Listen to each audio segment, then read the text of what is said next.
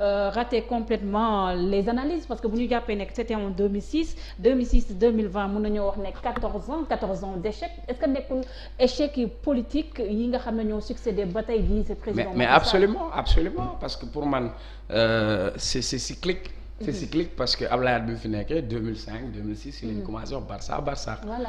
Après phénomène boobu xaw a wàññeeku. Donc c'est malhonnête de vouloir porter l'affaire. Non, j'ai pas dit que je porte ça si Macky Sall, mais il faut convenir avec moi qu'en 2012 lañ fi jëlee Abdoulaye Wade indi fi Macky Sall pour mu indi ay véritables changements. Mais teg na fi ay institutions comme FONGIP mu. dinaa ñëw ci institution bu la dara métti ba ma ñëw foofu dina sa xol dina sedd.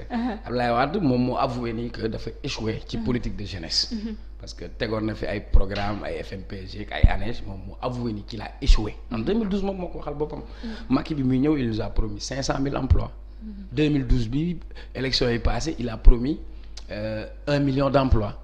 mu ñëw li ñu teg structures yi ñu teg nii yëpp mooy dafa échoué. Le résultat parce que boo tegee ay mbir nga ne ay stratégie laa teg ay programme politique laa teg pour financer jeunes yi pour accompagner jeunes yi pour ndaw ñi am ci lu ñu jàpp. léegi ndaw ñi génn dugg ci gaal gi. waaye le gars de la DER mu toog mu ne am na ndaw yoo xam ne financement yooyu lañ jël. pour dem ci gaal je dis que c'est pas vrai.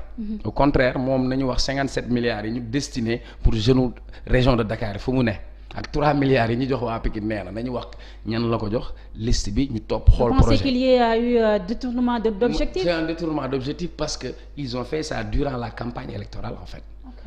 Parce que DER bi ñu koy créer juste avant ñu dem élection.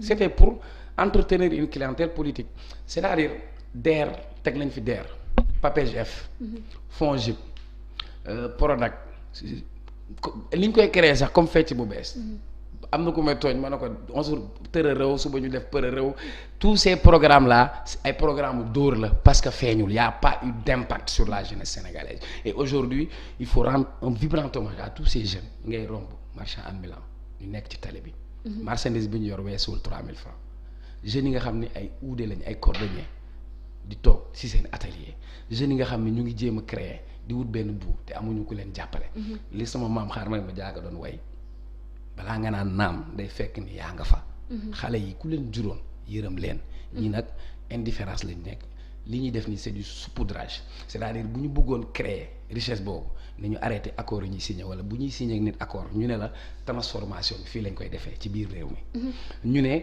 agriculture bi nañu xool nuñ ko booster nañu fekk sénégalais bi ndaw mi fee mu nekk ñu doté ko mu mën a am suuf mën a am moyen mën a am accès au financement tant que les jeunes n'ont pas un épanouissement dans ce pays tant que les jeunes gisatuñu benn espoir cette hémorragie elle va continuer et malheureusement je le dis sunu richesse du pétrole du or du diamant mais c'est notre jeunesse mais il faut une jeunesse formée encadrée outillée ba pare ñu jox leen gëdd ak cër bi mu yellool mais tous ces programmes yi ñu fi mës a teg yëpp mooy lii dafa échoué. Cheikh Oumar yaa ngi wax wàllum xale yi nga xam ne ñoo nekk si feu rouge yi di jaay comme marchand ambulant te ñu bu ñu xoolee rek la plupart d'entre eux ñoom si village yi la ñu jógee ñëw def exode rural fii au niveau de Dakar ou bien si grande ville du Sénégal yi tey mu mel ni comme ñoom ñooy ñëw di emprunter waat les pirogues de la mort tey est-ce que jotul ces jeunes yooyu ñu retourner waat dans leur terre travailler la terre aussi. Parce que même boo demee un peu dans un pays comme l'Allemagne ñoom amuñ suuf mais da ngay gis ne carrément tubaab bi sax fu mu foog ni xam ne mbir bi bay la te ñun on a énormément de ressources par rapport à ça. Mais absolument. Est-ce que aussi jeunes yi aussi bëgguñ benn instant facilité est-ce que tout le monde aussi peut être dans les bureaux wala ñëw Dakar. Mais absolument gis nga moi j'ai l'habitude de le dire yàlla may na ma chance. jàngi naa France Université Lyon. mu ñibbisi. Tu pouvais rester. daaw dem naa Allemagne jàngi foofu. gis naa condition yu yenn sénégalais nekk. Voilà ñu amul këyit. ñi nga xam ne dañuy nekk Tour Eiffel pour jaay benn porte-clés. 1 centime d'euro pour mën a am lu ñu dundee. Voilà dem naa gis ñu nekk ci ay foyer ci ay conditions yu metti parce que nit ñi dañu foog ni bitim réew xaalis garab lay sax parce que xamuñu. parce que ki nga xam ni mu ngi dem yaakaar rek la demee. mais pour man communication boobu ñëpp ci war a jàpp. muy sunu sëriñ si muy kilifa aada muy artistes yi muy tout le monde ba ci man ba ci yow ba ci keneen mais nag responsabilité sociétale la parce que da ngay toog sa yaay mu ne la Alioune Badara Fall de am na oto wala diw de yóbbu na yaayam màkk. la pression sociale pression sociale boobu. donc loolu yëpp lu ñu war a xool la ci suñu compte mais dañu nekk ci société boo xam ni société matérialiste la ñuy nekk lu ñuy nattee nit nekkul ci ay valeur am lu ñuy nattee nit dañ lay wax moo tekki mooy am la ñuy xool même booy mayee sa doom sax da ngay xool ku am. Donc on a une société très exigeante. léegi man si société boobu bu ma ci paree maintenant fi nga xam ni ci laay wax mooy wàllu mbay ak yooyu yëpp man dama la wax ni dañu am suñu wàllu économie ñu am économie boo xam ni lépp lu ñu am dafa extravité bitim réew lay dem ñu am secteur primaire boo xam ni moom rek mooy am mooy suñu matière première bi dañ koy jël di ko jéggaane muy dem bu ñu bayee gerte gi dañ koy jël chinois yi ñoo koy jënd dem transformer ko indiwaat ko jaay ñu ko bu ñu jaayee suñuy jën dañuy dem bitim réew Union européenne transformer ko indil ñu ko ci ay pot jaayaat ñu ko mu am li ñuy wax de la valeur ajoutée kon tey su fekkoon bëgg nañu suñu réew naat dañuy def ay unité de transformation dañuy dem mooy voilà mooy secteur secondaire bi ñu sukkandiku si parce que seen PSE bi ñu doon wax mooy économie structurelle donc il faut ñu am une industrialisation il faut ñu pousse sénégalais yi parce que mënuma comprendre jus yi ñuy naan yëpp Maroc lay jógee Tunisie wala feneen alors que mango baa ngi nëb Casamance alors que orange baa ngi fii alors que pastèque baa ngi fii ak yeneen donc tey loolu état moom mooy définir une politique maintenant bu loolu weesoo ban suuf la ñuy bay ban suuf yi baykatu dimanche yi ñoo ko moom ak multinationales ak indiens yi ci yan condition la ñuy bay ci Iller ak Daba ci yan condition lañ bay est-ce que pousse nañ jeunes yi ñu fexe ñu am une politique agricole ni ñu amee Thiès université boo xam ne ñoo ngi créer ay ingénieurs agronomes nan la ñu nekkee Sénégal fleuve Sénégal nga dem tu as combien de kilomètres d'eau li ñuy laaj irrigation la defar leen ay digues moi je suis de Fanaye dem naa Fanaye gis ñu am ay toolu ceeb mais bu ñu amee toolu ceeb amuñu machine boo xamante ni permettre leen ñu mën a xëcc ndox moomu nan la ñuy demee ci dëkk boo xam ni comme Baba Garage Ngaay Mexe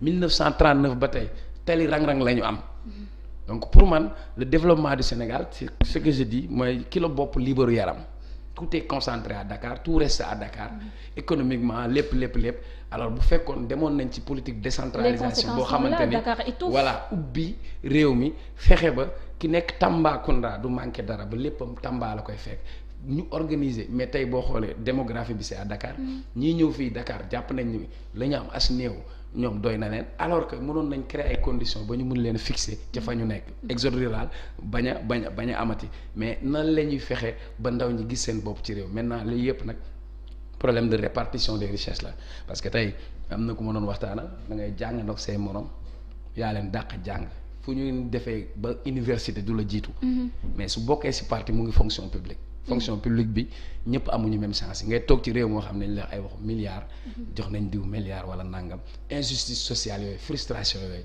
moom moo indi yenn man du ma justifier immigration clandestine mais bokk na ci li koy expliquer. ñu ñëwaat tuuti ci politique vous parlez de reconfiguration politique ñu gis ne fu mu toll ni carte gi dafa ubbeeku. ñu gis ne Ousmane Sonko dafa mel ni moom dafa nekk benn singleton ci langue politique bi mu mel ni comme ci isolement boobu nga xam ne nemmeeku neen ko kii di Macky Sall def ko ak tamit le fait que mu génne coalition jot na mu mel ni comme Ousmane Sonko fu mu toll nii mu ngi jéem rek di bëgg a repositionner bay ut n'importe quel allié. waaw mais trio Ousmane Sonko Barth ak kii nga xam ne mooy Moussa Touré est-ce que ba nga ko gisee ça t'a pas choqué. waaw mais xam nga il faut ñu comprendre que moi j'ai toujours dit que Ousmane Sonko c'est un phénomène politique c'est une force politique non négligeable. Ces élections législatives il avait obtenu je crois 63 000 voix. mais muy dugg assemblée sax plus fort reste la duggee. mais ci taxawaayam il se illustré. indi beneen discours. mobiliser ci Sénégalais yu bëri na sax ñoo xam ne gëmatuñu woon yenn pratiques yi parce que on a eu quand même toujours la même classe politique en fait. bi ñu juddoo ba tey Moustapha Niasse ngay dégg Khalifa Sall bi muy nekk ministre boobu ñun judduwuñu sax. donc tey mu indi beneen cure de rajeunissement et c'est pas lui seul il y a d'autres jeunes leaders qui sortent comme ay Thierno Bocoum il y a d'autres personnes waaw ñeneen ñu ngi génn. donc tey y a un renouvellement de la classe politique et maintenant Ousmane Sonko élection présidentielle yi quand même il a fait un bond jóge 60 000 dem ba ci 600 000 maintenant.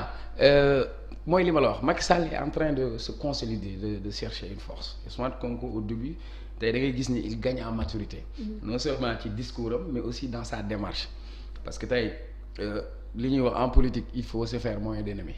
Et il est en train de tisser sa toile ci côté boobu. mais Ousmane Sonko avec maître Moussa Diop est-ce que loolu du def tache d'huile si liggéeyam. oui mais am na ñoo xam ne peut-être ñoom noonu lañ ko analyser man biñ ma ci laajee dama leen wax ni c'est pas un délit dem jubóole ay nit. mais jubóole ci quelle base. parce que Ousmane Sonko moo fi waxoon anti-système Ousmane Sonko moo fi waxoon ne carrément l'intérêt du peuple avant tout ça. donc Moussa kii di Barthélémy Diaz ak kii di maître Moussa Diop amul problème personnel. mais man problème de bien public leen amoon. mais pour man demagul ci alliance ak Moussa Diop. c'est indifférent. donc man je considère que non xaaral ma ñëw je considère que si les accusations que Barthélémy Diaz avait portées sur Moussa Diop il fallait que ñu dem ci justice. voilà même, donc le fait que Ousmane Sonko intervenir. xaaral même bu fekk Ousmane Sonko jubóole na leen li nga xam ne yoon moo ko war a def yoon moo ko war a def. ah mais kii bu porté plainte retiré aussi beneen bi man jote naa ak fi nit keneen jote na ak nit Sénégal la ñu nekk nit ñi dañ lay woo ne la bàyyil wala dugalal maintenant. mais nos personnes mënuñu ko analyser ak ces personnalités politiques yi nga xam ne. waaw mais fa laa bëgg a ñëw c'est que li ma la bëgg a wax mooy xam nga dama ne Ousmane Sonko aujourd'hui il a gagné en maturité il a compris que mënul nekk singleton il a compris que mënut a nekk ñebbe ci cin il a compris que à lui tout seul il peut rien faire. certes mais est-ce que loolu may na ko pour muy ànd ak. fa laa ñëw dama ne bu njëkk Ousmane Sonko dafay toog ne Karim Wade woon ma jëluma ko. il fait partie du système. mais après am na fu ñu toll discours am dafa modifié wu parce qu'il a compris que à lui tout seul moom kese mënul gagner élection bu fi mën a am ku dem yow kese mënoo am il faut une forte coalition Macky au moment Macky Sall ñëw wut luy yaatal géewam lu koy dooleel. Ousmane Sonko dafay nekk ci perspective wut ay alliance man loolu laa ko analyser et puis pour man mënuñu méngale ñaari mbir. mais est-ce que un Sonko mën nañ ko permettre pour mu am n'importe quelle alliance aussi. mais attends soxna si moi je le dis Ousmane Sonko bu toogoon fi mu wax ko Sonko dafay politique day meeting day campagne dama ne la dafa am yoon boo xamante ne moom. jëloon mais le discours de rupture bu mu servir les jeunes. waaw mais xam nga même s'il sert ce discours bu mu servir moi je te dis personnellement mon avis personnel. Le DG de Dakar Dem Dikk pour man le seul délit qu'il a commis mooy waxu troisième mandat. non attends il faut pas me dire ça.